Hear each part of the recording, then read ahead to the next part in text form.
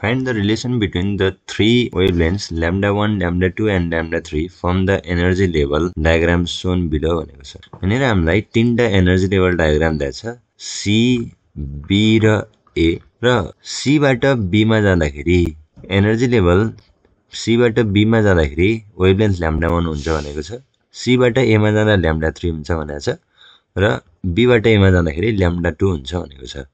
मैले यहाँनिर यो क्वेशन गर्नको लागि मैले let EA, EB and EC be the energy of three given energy level A, B and C respectively। अब यहाँनिर हामीलाई एउटा चीज थाहा हुनुपर्छ, चेन्ज इन एनर्जी भनेको चाहिँ डेल्टा E हो।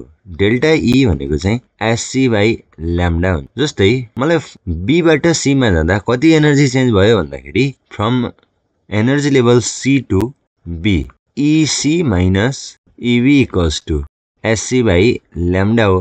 तर ल्याम्डा भनेको चाहिँ हाम्रो 1 छ यो स्टेट, त्यो कारणले गर्दा मैले इक्वेसन 1 लेखेँ। From energy level C to A EC minus A equals to SC by lambda 3 भयो, इक्वेसन 2 भयो।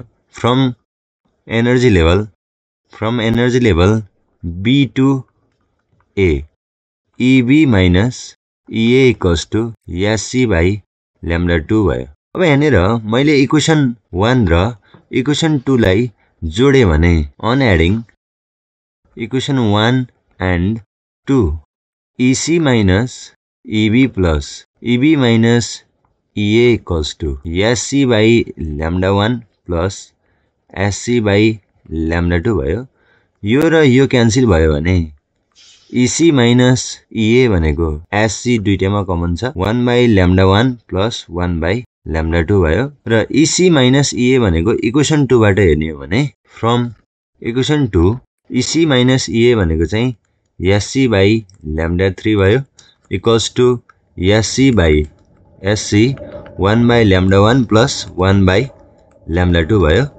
SC र SC क्यान्सल भयो, 1 by lambda 3 equals to 1 by lambda 1 plus 1 by lambda 2 चाहिँ हाम्रो रिलेसन भयो। यो चाहिँ एक्जाम पोइन्ट अफ भ्यूको लागि 2082 ब्याचको लागि चाहिँ यो एकदमै इम्पोर्टेन्ट क्वेशन हो।